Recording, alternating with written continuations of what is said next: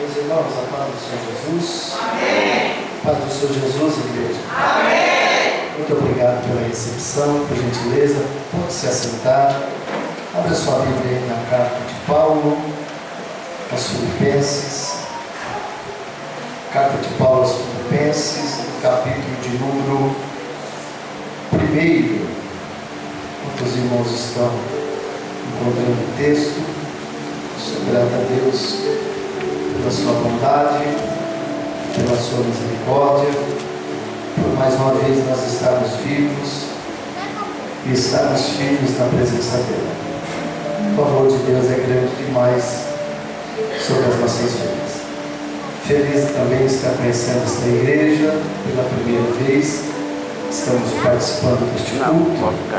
Deus abençoe o pastor desta igreja, sua família. Que Deus continue sendo canal de bênção na vida de vocês nessa cidade de Fernando Prestes.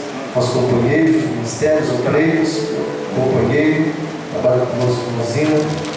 Que Deus abençoe grandemente. Também minha filha, meu genro e também minha esposa, que eu amo muito. Quantos encontrou o texto, digam amém. Amém. Filipenses capítulo de número 1, versículo de número 12. Hoje é um culto de missão. Quero falar um pouco a respeito desse apóstolo. Filipenses capítulo de número 1, verso 12 diz assim: E quero, irmãos, que saibais que as coisas que me aconteceram contribuíram para maior proveito do Evangelho. Quantos podem dizer amém? Amém. Meus irmãos, esta carta que nós acabamos de fazer leitura foi escrita pelo próprio apóstolo Paulo. Essa carta ela ficou conhecida entre os teólogos como a carta da alegria. Aliás, essa palavra alegria, juntamente com seus sinônimos, gozo e regozijo, ela aparece por 24 vezes, cerca de 24 vezes, somente nesta carta de Paulo aos Filipenses. Essa palavra alegria, ela vem do substantivo feminino, é o estado de quem tem prazer de viver. Isso denota contentamento, satisfação. Haja vista que quando Paulo vai escrever esta carta aos Filipenses, conhecida como a carta da alegria, Paulo está vivenciando dias terríveis na sua vida, porque quando Paulo vai escrever esta carta, Paulo está vivenciando uma de suas prisões. Aliás, se nós formos aqui descortinar essa história desse apóstolo, iremos ver que Paulo foi um homem que vivenciou muitas prisões, por tão somente anunciar as boas novas de Evangelho. Paulo, em toda a sua trajetória, foi preso pelo menos 4 vezes. A primeira vez que Paulo vai ser preso em Jerusalém. A segunda, Paulo vai ser preso em Éfeso. Depois, as outras 2 vezes, Paulo vai ser preso em Roma. Agora é interessante nós observarmos essas 2 prisões de Paulo em Roma, porque elas são totalmente o oposto uma da outra.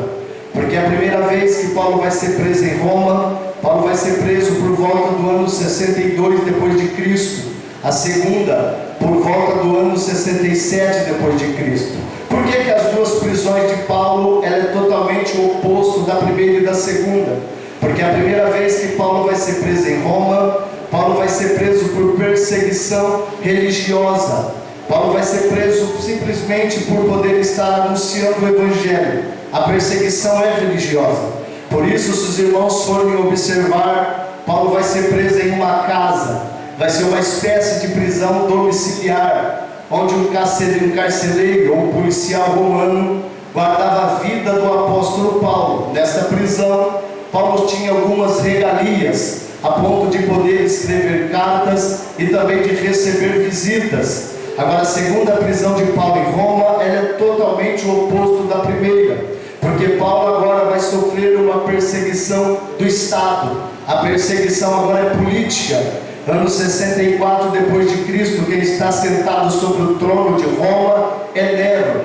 Nero, com um coração maligno e sagaz, Nero propôs no seu coração de construir e edificar uma Roma melhor e mais bela. A história nos diz que Nero, por causa dessa ganância em seu coração, Nero incendiou a própria cidade de Roma. E os historiadores nos informam que naqueles dias, o incêndio causado pelo próprio Nero destruíram 10 de 14 bairros romanos da época. E simplesmente pelo fato dos 4 bairros restantes serem habitados pelos judeus, ou pelos judeus convertidos ao cristianismo, Nero então acusou a igreja.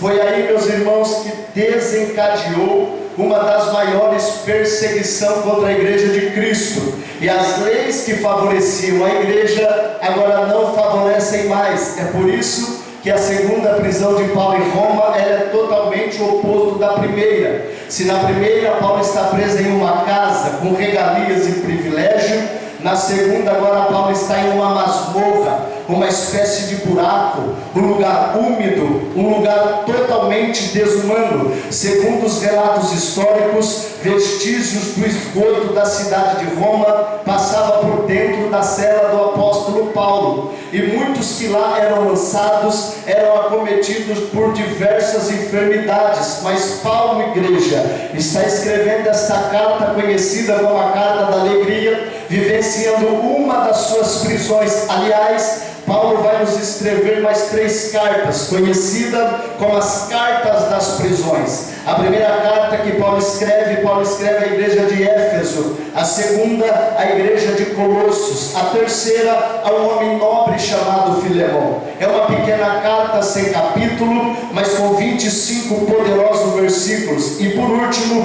ele escreve esta carta aos Filipenses. É interessante nós observarmos a forma que o apóstolo Paulo vai apresentar Jesus para cada uma dessas cartas. Por exemplo, quando Paulo vai apresentar Jesus para a igreja de Éfeso, Paulo vai apresentar Jesus como um Deus redentor. É por isso que quando você lê o capítulo 1 da carta aos Efésios, o versículo de número 7, Paulo vai dizer assim, que nele nós temos a redenção. Essa palavra redentor é uma palavra hebraica que significa goel. É uma palavra que nos traz 3 significados. Primeiro, aquele que paga um alto preço para poder tornar a outra livre. Segundo, é aquele que nos redime. Terceira, é aquele que restaura. E quando nós olhamos para esta palavra a respeito de restauração, nós temos o exemplo vivo que foi a vida do nosso irmão Jó. Se você for ler a vida de Jó, você vai ver que só existe a restauração mediante alguma perca. E se você for ler os primeiros capítulos do livro de Jó, você vai ver que Jó vai vivenciar dias de percas em sua vida. Pastor, o que perdeu Jó? Jó perdeu 3.000 ovelhas, 500 juntas de bois, 500 juntas de jumento. E se não bastasse, a Bíblia diz que Jó, de homem mais rico do Oriente, se tornou o homem mais miserável de todo o Oriente. E a Bíblia ainda nos diz que Jó teve o desprazer de no mesmo dia sepultar 7 filhos homens e 3 filhas mulheres. Você já parou para analisar esse texto? Você já imaginou ao mesmo dia você fazer 10 cultos fúnebres, segurar em 10 alças de caixões, comprar 10 coroas de flores, isso tudo ao mesmo dia? E nós sabemos que isso é contra a lógica da vida, porque na lógica da vida são os filhos quem sepultam os pais, e não os pais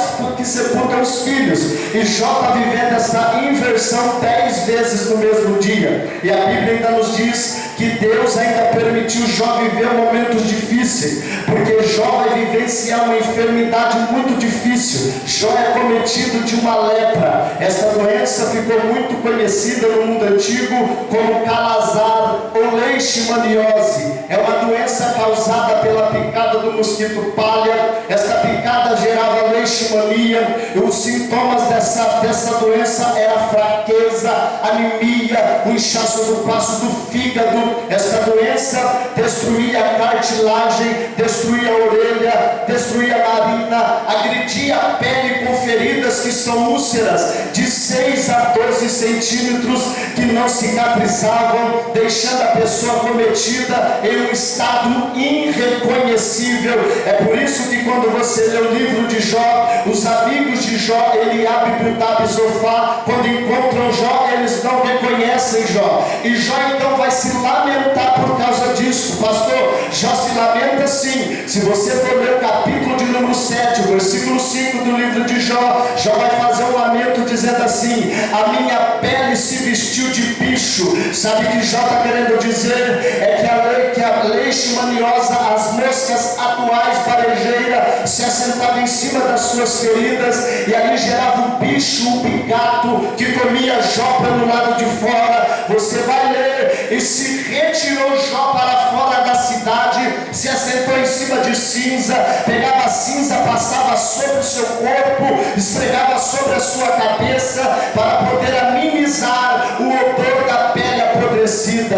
Porque, pasme, igreja, 7 metros de distância, você sentia na sua narina o odor da pele apodrecida de Jó. Jó vai fazer outro lamento no capítulo 30, versículo de número 30 do seu livro. Jó vai dizer assim: a minha pele escureceu e os meus ossos estão queimando de febre. Mas no capítulo de número 20, capítulo de número 19, o versículo de número 20, Jó faz outro lamento dizendo: a minha pele se apegou aos meus ossos. Sabe o que Jó está querendo dizer no capítulo 19, verso 20? Jó está dizendo que ele já não se alimenta mais, porque a leishmaniose lhe tirou o apetite. Então Jó não se alimenta mais, a tal ponto dele chegar a um estado anêmico, raquítico, esquelético.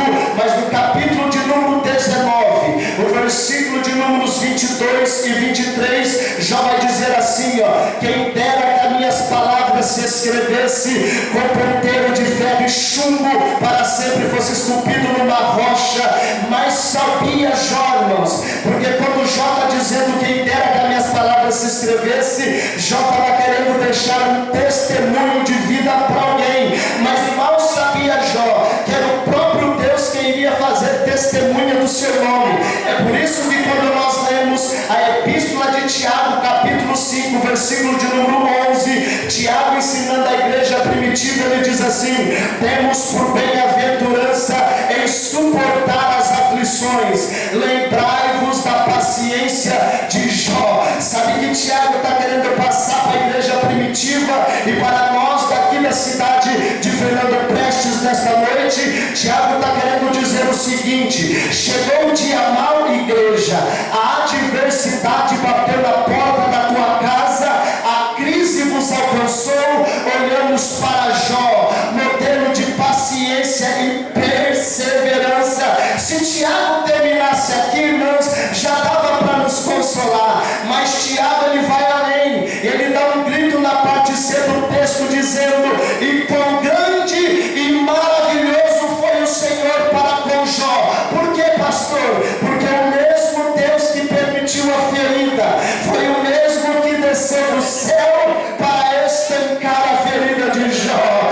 Olha aqui, no capítulo 19, versículo 22, 23 e 24, ele diz assim: quem dera que as minhas palavras se escrevesse com ponteiro de ferro e chumbo, e para sempre fosse esculpido numa rocha. Mas no capítulo 19, o versículo de número 25, Jó vai fazer um dos maiores pronunciamentos do nome de Jesus no Antigo Testamento, porque Jó, em meio à adversidade, Jó em meio à crise, Jó em meio à perca financeira, Jó em meio à perca familiar, mesmo em meio à má compreensão, até mesmo da sua esposa, Jó em meio a esta adversidade, Jó vai levantar as suas mãos para cima e vai fazer um dos maiores pronúncios do nome de Jesus no Antigo Testamento, dizendo: eu sei que o meu Redentor.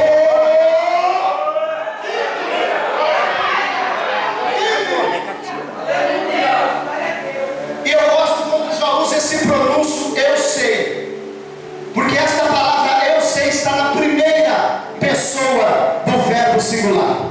Eu vou interpretar para você. Sabe o que Jó está querendo dizer com isso? Eu sei, ninguém precisa saber por mim.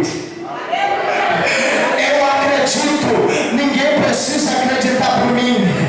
Eu creio, ninguém precisa crer por mim. Pastor, eu estou entendendo, eu vou fazer um pormenor para você entender ainda melhor. Se você ler o Evangelho de Lucas capítulo 7,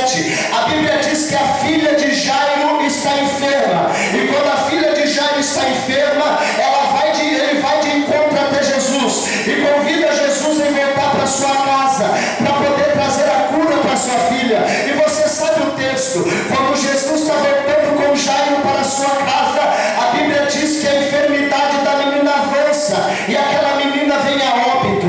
Agora o que me chama a atenção é que quando Jesus está aproximando da casa de Jairo, junto com Jairo, o texto diz que sai um mensageiro de dentro da casa de Jairo, vai até Jairo, olha para Jairo e diz assim: Jairo, não incomodes mais o mestre, a tua filha, aliás, a sua única filha, acaba de morrer. Filho aqui, irmão, no contexto judaico, era história, era o que iria dar continuidade à sua árvore genealógica. Em outras palavras, sabe o que o mensageiro estava dizendo para Jairo? Jairo, não incomodes mais o mestre, a tua filha, aliás, a tua história acaba de morrer. Jesus Cristo, vendo aquela palavra negativa, pastor, entrar para dentro e tomar de assalto a fé de Jairo, Jesus segura firme na mão de Jairo e diz assim: Jairo, crê tu somente.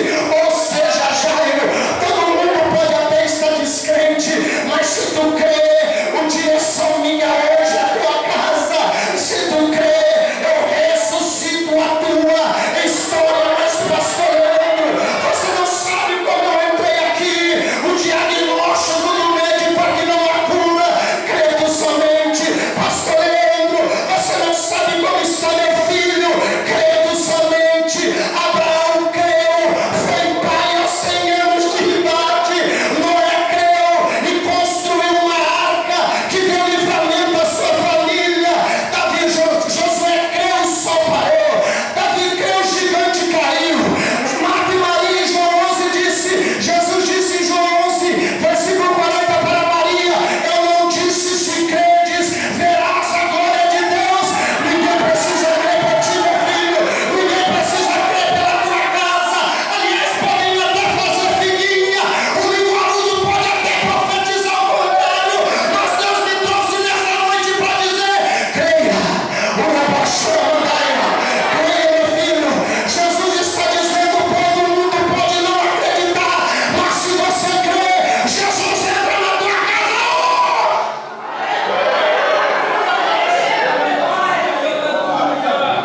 Eu sei. Primeira pessoa do verbo singular. Ele diz: eu sei que o meu Redentor vive. Lembra que eu disse Redentor, 3 significados? Primeiro, aquele que paga um alto preço para tornar a outra livre. Segundo, aquele que redime. Eu sou apaixonado no terceiro, porque é aquele que restaura. Ah, não, você não entendeu isso daqui. Eu vou liberar uma palavra profética para a sua vida nesta noite. Eu não sei como você entrou nesse culto nesta noite. Eu não sei como você tem passado a sua semana. Aliás, eu não sei nem como você iniciou esse ano de 2025. Talvez eu estou pregando para pessoas que entrou aqui na mesma situação de Jó, vivenciando percas, vivenciando dificuldades sobre a sua casa. Mas eu vim com uma palavra profética para quem tem mão para levantar em glória para dar. O teu Redentor está vivo, o teu restaurador está vivo, aquele que tem poder de restaurar a tua vida está vivo. Eu não sei se você vai pegar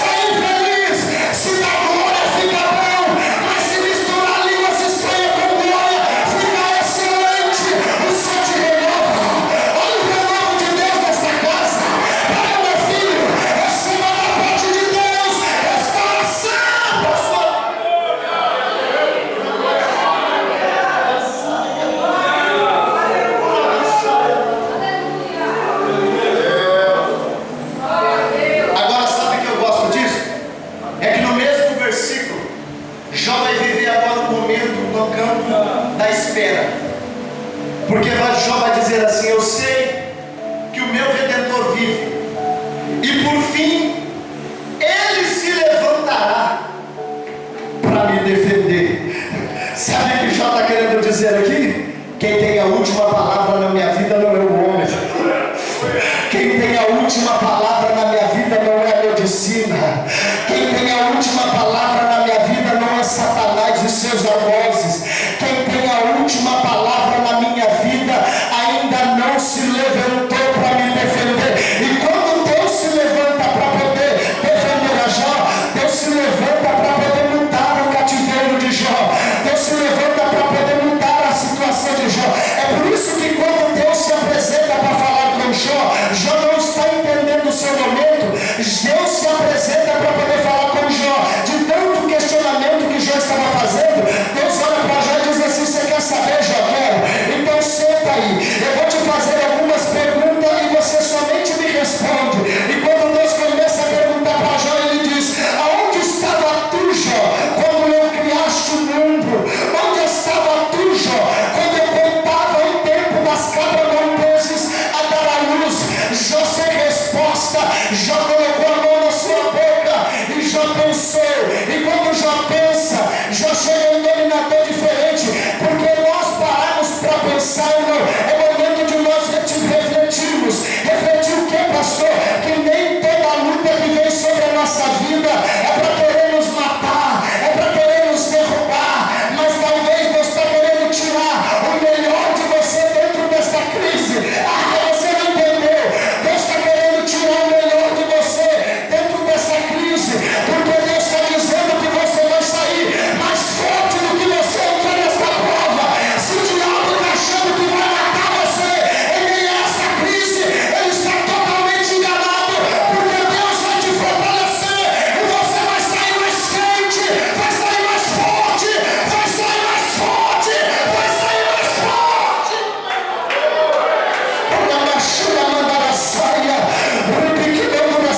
Às vezes nós não entendemos o porquê de tanta dor, às vezes nós não entendemos o porquê de tanta crise, às vezes nós não entendemos o porquê desta luta, e às vezes, irmão, nós não entendemos, sabe o quê? Que Deus está usando esta crise para poder conduzir você até o propósito. Deus está usando esta dor para conduzir você até o propósito, porque o propósito ele é maior do que essa ferida, meu filho. O propósito ele é maior do que essa dor. Às vezes, por causa do propósito, nós vamos para o culto sem vontade, canta sem ter vontade, prega sem ter vontade, porque o propósito ele está um processo, ele vai nos empurrando até o propósito de Deus. Eu vou repetir isso: o processo está te empurrando até o propósito de Deus. O propósito ele é maior, o propósito é maior do que essa ferida, o propósito ele é maior do que essa dor, o propósito é maior do que esse sofrimento. Deus está dizendo para alguém: vai valer a pena, meu filho, você ainda vai cantar o hino da vitória nessa.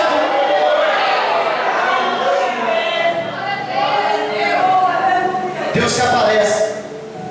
E eu gosto do texto, porque no capítulo 42, quando Deus se aparece para poder mudar a história de Jó. Deus aparece para mudar o cativeiro de Jó. Em algumas traduções está que Deus aparece para mudar a sorte de Jó e restituiu tudo em dobro. Você não entendeu isso aqui? Quando Deus fala que Deus aparece para poder mudar a sorte e restituir tudo em dobro, sabe o que Deus está dizendo, pastor Marcelo? Que se você perdeu um, eu te dou dois. Se você perdeu dois, eu te devolvo 4. Se você perdeu 4, eu te devolvo 8. Se você perdeu 8, eu devolvo para você 16. Por que, pastor? Porque sempre tem mais Deus para dar do que o diabo e a circunstância para roubar de você. Eu vim aqui profetizar nesta noite: qualquer que seja a perda que você perdeu no ano de 2024, eu profetizo sobre a tua casa tudo em dobro, tudo em dobro, tudo em dobro, para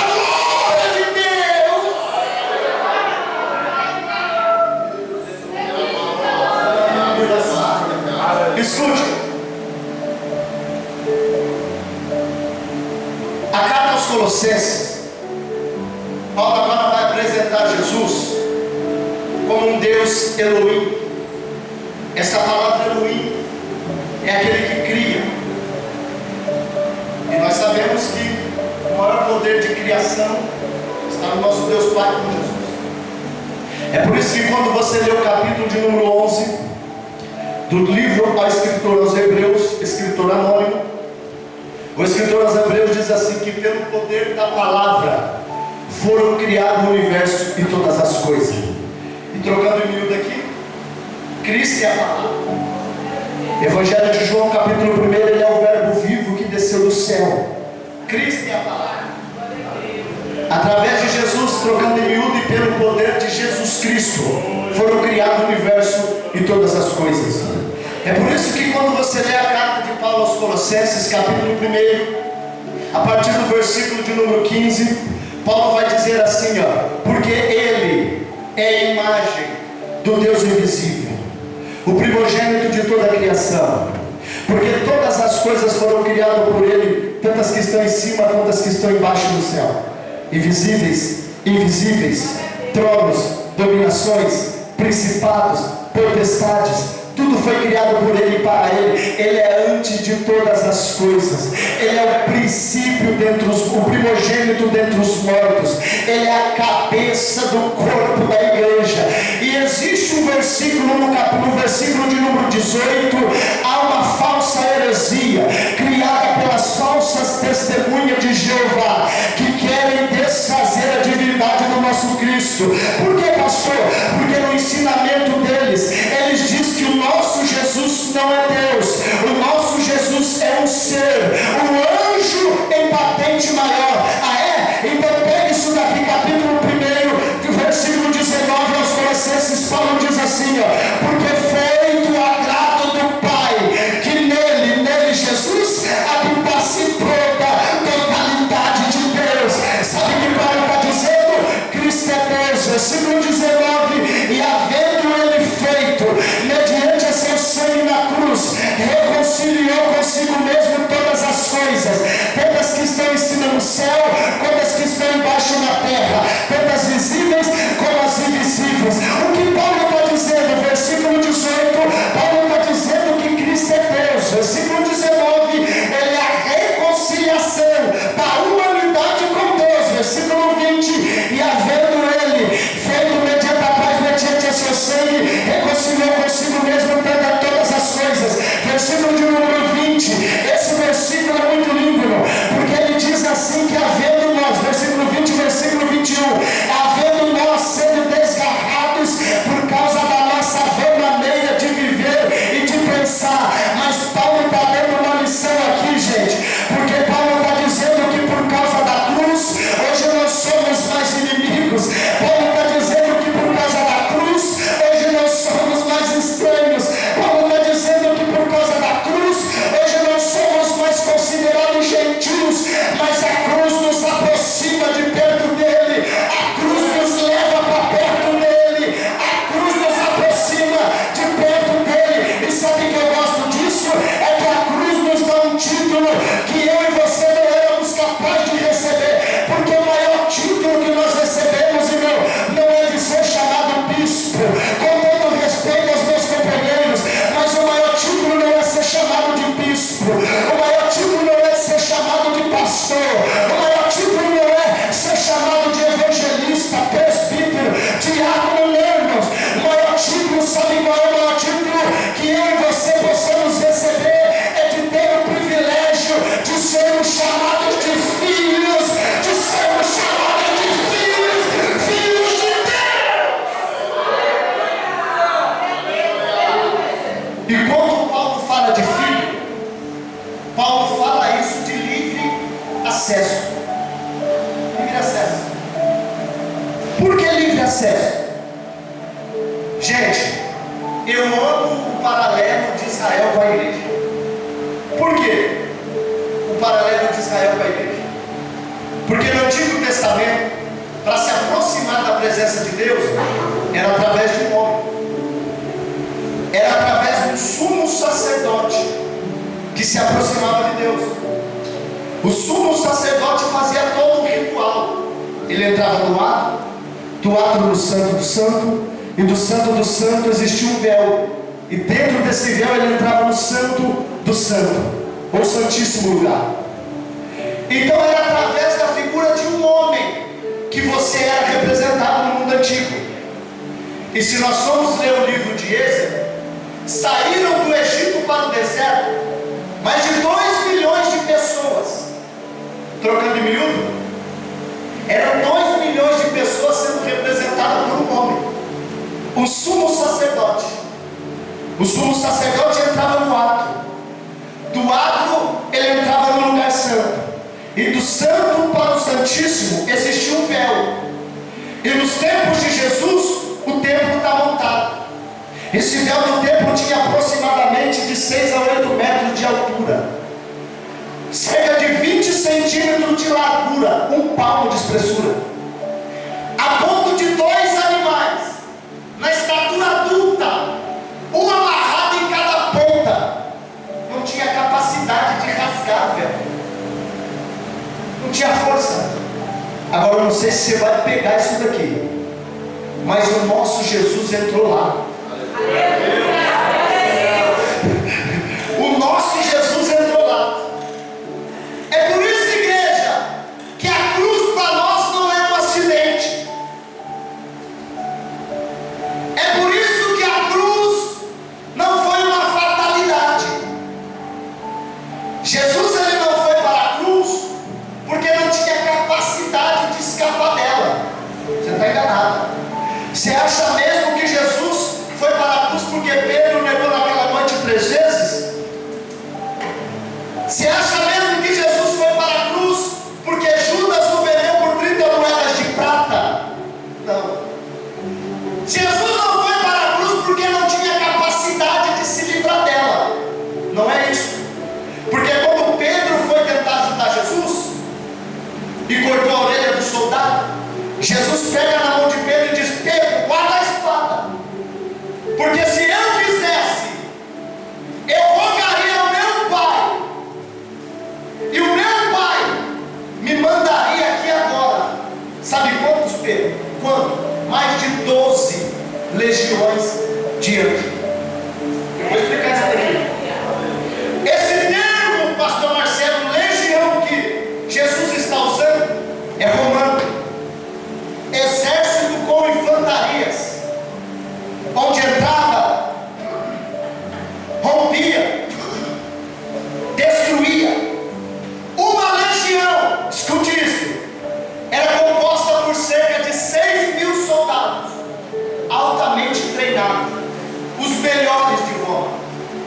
Jesus olha para Pedro e diz assim: Pedro, se eu quisesse, eu pediria ao meu Pai, e ele me mandaria aqui agora mais de 12 legiões. 12 vezes 6.000, estamos falando de cerca de 72 mil anjos. Agora escute isso daqui, igreja. O texto diz no livro de Jeremias que um anjo só, em uma madrugada, rodando uma espada, matou 185 mil homens do exército de Senaqueribe. Você já imaginou o que seria nesta terra com 72 mil anjos com a espada desembanhada? Não sobraria nada. É por isso que a cruz não foi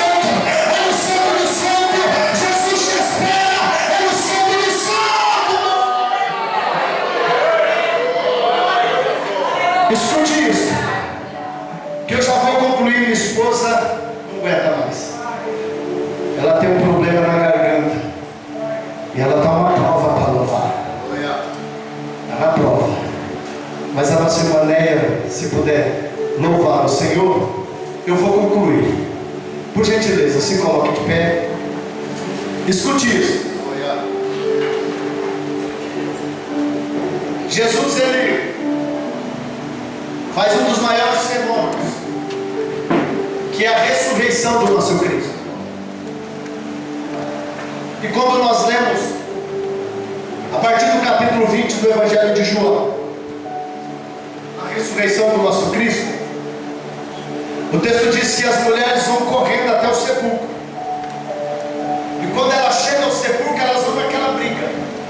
Quem vai nos remover a pedra? Quem vai nos remover a pedra? Quem vai nos remover a pedra? Quando ela chega lá, a pedra já havia sido removida. Agora escute isso. Quando elas entram para dentro do sepulcro, escute isso, guarde isso. Quando elas entram para dentro do sepulcro, elas encontram o túmulo de onde Jesus estava vazio. Escute isso. O túmulo estava vazio. Agora Jesus vai deixar algo aqui interessante, porque após Cristo ressuscitar, ele se levanta, ele vai dobrar o seu lenço e vai deixar em cima do túmulo com o lenço dobrado. Por que isso nos chama muita atenção? Irmãos, eu falo isso claramente. Se é eu que tivesse sido ressuscitado, jamais eu ia me preocupar com isso. Eu consegui sobreviver, eu ressuscitei, eu não se preocuparia. Muitos nem olhariam para trás, porque é um milagre grande. Jesus ressuscita, pega seu lenço, dobra e deixa em cima do túmulo e sai. Por que eu disse que isso Jesus estava querendo trazer um exemplo? Por quê? Porque Jesus entendia que alguém iria entrar dentro daquele sepulcro. E quando alguém entrasse dentro daquele sepulcro, eles iam identificar quem estava ali. Por quê, pastor? Porque quando o diabo entra na vida de uma pessoa, ele faz uma bagunça. Mas quando Jesus entra, ele coloca tudo no lugar. Você não está entendendo? Quando alguém entrasse dentro daquele sepulcro, ele ia dizer: Jesus passou aqui, Jesus passou aqui. Como é que você sabe que ele passou aqui? Muito simples, porque onde o diabo entra, ele faz uma bagunça, mas aonde o Nazareno passa, ele coloca tudo no lugar. Levanta a mão que eu vou liberar uma palavra profética. Vou olhar para a tua vida, vou olhar para a tua casa, vou olhar para o teu casamento, vou olhar para a tua família, vou dizer: Jesus está lá, Jesus está lá. Como é que você sabe? Muito simples, é porque estava uma bagunça. Jesus entrou, colocou tudo no lugar. Escute, outro detalhe. Por que Jesus então não levou aquele lenço? Ele teve o privilégio, a capacidade de dobrar e deixar. Por que Jesus não levou? Outra lição. Jesus está querendo nos mostrar que para onde ele vai, ele precisa deixar algumas coisas para trás. Você pode dizer isso para alguém? Para onde você vai, você precisa aprender a deixar algumas coisas para trás. Para onde você vai, você precisa aprender a deixar algumas coisas. Outro detalhe. Por que Jesus aqui também não levou o lenço? Porque Jesus entende que roupa de quem está morto não cabe em quem está vivo. Você quer ver como é que muda o glória? Tem pessoas que faz 2 anos que se converteu, mas não consegue desfazer daquela roupinha lá de trás. E sabe qual é o pior? Tem pessoas que ele fica igual eu, tipo na janela. Eu não vou dar embora não. Vai que eu dou uma escapada e saio. Você pode dizer para alguém que roupa de quem está morto não serve quem está vivo? Você tem coragem? Vai. Roupa de quem está morto não serve quem está vivo. Outro, escute. Por quê? Por que nós temos que aprender que para onde nós vamos, nós temos que aprender a deixar algumas coisas para trás? Porque evangelho é assim. Evangelho, primeiro as coisas ficam ruins, aí depois piora,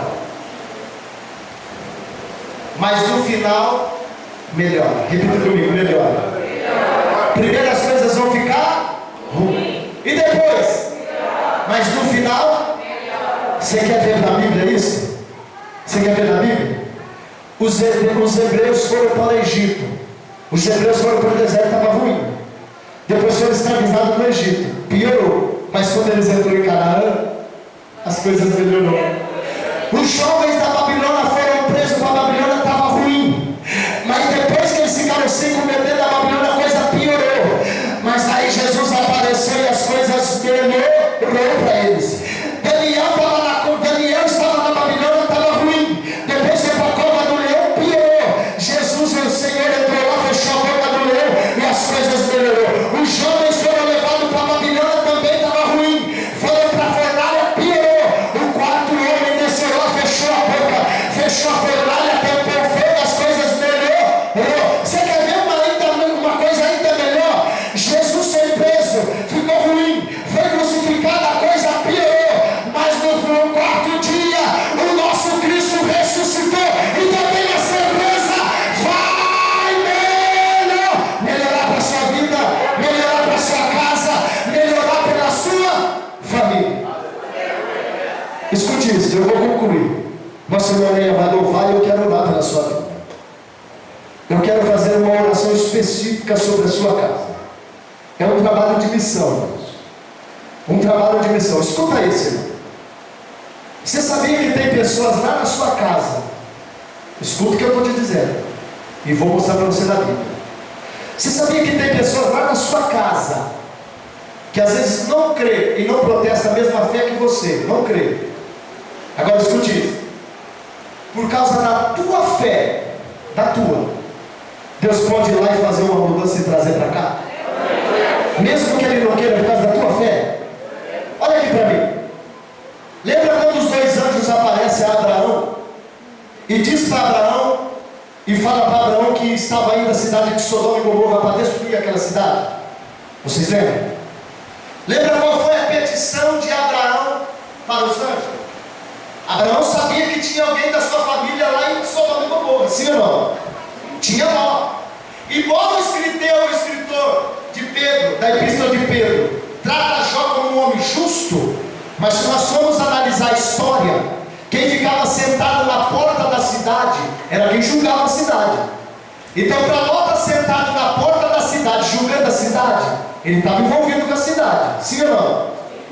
E a situação que Ló estava vivendo era tão difícil que quando os anjos aproximou de Ló, era muito costumeiro você levar alguém para sua casa para poder ceder hospedagem, era normal. Quando Ló oferece a sua casa como hospedagem, sabe qual foi a palavra do anjo para Ló? Nós não vamos para sua casa, nós vamos dormir aqui mesmo na rua, mas para sua casa nós não vamos. Como é que será que estava a casa de Ló? Os anjos se recusou a ele. Como é que será que estava? Era costumeiro. Então Ló estava envolvido. E quando os anjos anunciam a Abraão que ia destruir a cidade, Abraão sente a dor, porque tem alguém da sua família que vai ser destruído, junto com Sodoma e Gomorra. Então Abraão começa a colocar a sua fé em ação. E ele começa a questionar o anjo dizendo, eu sei que o senhor está indo para Sodoma e Gomorra, mas deixa eu te perguntar uma coisa. Se porventura houver 100 pessoas justas naquela cidade, você vai destruir mesmo o justo com os injustos? O anjo diz, não. Se porventura houver 100, não. Abraão se anima, falou, opa, a coisa está ficando boa. E Abraão vai descendo. E se porventura tiver 50? E se porventura tiver 10? As coisas vão apertando para Abraão. Agora, por causa da fé de Abraão, sabe o que o texto vai dizer em Gênesis? Que Deus se lembrou de Abraão e tirou seu filho Ló do meio da destruição de Sodoma e Gomorra. Por isso eu quero orar pela tua vida. Eu quero orar, mas eu quero orar num ato de fé. Que 2025 Deus vai arrancar alguém da cidade de Sodoma e Gomorra que tanto tem feito você sofrer. Tanto tem feito você sofrer. Acredite, por causa da tua fé. Eu não sei o que Deus vai fazer, mas se prepara. Você vai ver a mão de Deus trabalhando dentro daquela casa. Deus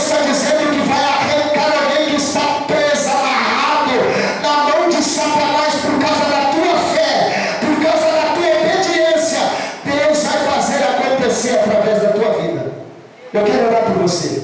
Você que pode vir aqui à frente. Eu quero orar pela sua vida. Eu quero orar pela sua vida. Vem. Irmão, louva o Senhor. Vem. Eu quero orar pela sua vida, mas vem acreditando, irmão. Eu tenho certeza que ainda esse ano você vai testemunhar o feito de Deus em vocês da vida de alguém aqui nesta cidade. Irmão, eu não sei quem é que tem feito você perder o sono. Eu não sei quem é que tem feito você perder o sono, mas através das orações na madrugada, mas Deus está dizendo nesta noite, é por causa da tua fé, é por causa da tua obediência. Vou eu fazer um grande milagre e vou trabalhar a respeito da vida dele. Acredite, irmão, Deus vai honrar a tua fé nesta noite. Louva, Senhor.